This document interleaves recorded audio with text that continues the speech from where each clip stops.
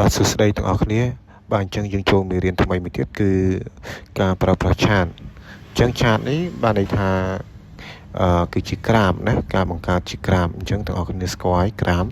គឺយើងបង្កើតឡើងដើម្បីងាយស្រួលមើលទិន្នន័យឬក៏ងាយស្រួលក្នុងការវិភាគទិន្នន័យផ្សេងៗបាទអញ្ចឹងដើម្បីបង្កើតក្រាមឬក៏បង្កើតឆាតបានហ្នឹងបាទទី1ទាំងអស់គ្នាបាទយើងចូលទៅmenuy insert ហើយទាំងអស់គ្នានឹងឃើញគេដាក់ពាក្យថាឆាតអញ្ចឹងទាំងអស់គ្នាចុចទៅលើឆាតហើយទាំងអស់គ្នាឃើញមានឆាតជាច្រើននៅក្នុងហ្នឹងមានកលឹមមាន line បាទកលឹមនេះរូបរាងវាជាសសរឆ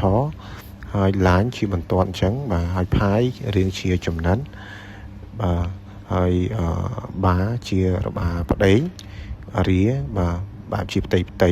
ធំអញ្ចឹងបាទហើយ AX scan នេះបាទគឺវាជាដៅចំណុច X ហ្នឹងបាទហើយ map បែបជារាងផែនទី stock បាទជាលក្ខណៈ stock ឡើងចុះបាទsoftware បាទ software គឺបែបជារាងបែបហ្នឹងradar បាទរាងជា radar ហើយ tree map បាទហើយ sunburst ហើយ histogram box បាទហើយ waterfall ឬក៏ panel combo អីហ្នឹងគឺសុទ្ធសឹងតែជាឆាតហើយសុទ្ធសឹងតែជាក្រាបហើយបាទអញ្ចឹងយើងចង់បង្កើតក្រាបណាមួយបាទយើងធ្វើការចុចទៅលើក្រាបមួយហ្នឹងមកអញ្ចឹងឧទាហរណ៍ខ្ញុំយកក្រាប column ហើយជ្រើសយក mode 3D បន្តមកទៀតបាទ 3D ហ្នឹងគឺវាមានបែបច្រើនប្រភេទណាបាទអញ្ចឹងយើងជ្រើសរើស 3D មួយមកគឺវាចេញបែបហ្នឹងហើយវានឹងបង្ហាញមានទិន្នន័យ Excel មួយអញ្ចឹងទិន្នន័យ Excel របស់យើងវាចេញមាន category 1មានដល់ category 4ហើយនឹងស៊េរី1ដល់ស៊េរី3បាទអញ្ចឹងទាំងអស់គ្នាអាចធ្វើការលុបបាទស៊េរី1ស៊េរី2ស៊េរី3នឹងបានឬក៏ category 1 category 2 3 4នឹងបានដាក់ទិន្នន័យដាក់ឈ្មោះអ្វីដែលអ្នកទាំងអស់គ្នាចង់បានអញ្ចឹងថាប្រភេទ category ហ្នឹងខ្ញុំដាក់ iPhone បាទហើយខ្ញុំដាក់ Samsung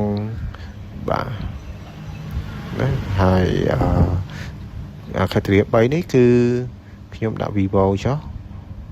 category 4គឺខ្ញុំដាក់ Oppo ចំណែកឯបាទយើងទៅមើលទៅនេះយើងឃើញមាន iPhone មានអីហើយស៊េរីបាទអញ្ចឹងកន្លែងស៊េរីនេះកន្លែងស៊េរីគឺបញ្ជាក់អំពីពណ៌នៃបង្គោលនីមួយអញ្ចឹងឧទាហរណ៍ថាស៊េរី1បង្គោលទី1គឺខ្ញុំបញ្ជាក់អំពីថាខែ1ខែ2បាទហើយស៊េរី3គឺខ្ញុំបញ្ជាក់អំពីខែ3បាទណាបញ្ជាក់អំពីខែ3អញ្ចឹងបាទយើងបានបែបហ្នឹងហើយយើងអាចធ្វើការខ្វែងទិន្នន័យ Excel របស់យើងចោលយើងនឹងឃើញមានបាទអញ្ចឹងវីដេអូហ្នឹងគឺមានតែប៉ុណ្ណឹងសូមអរគុណ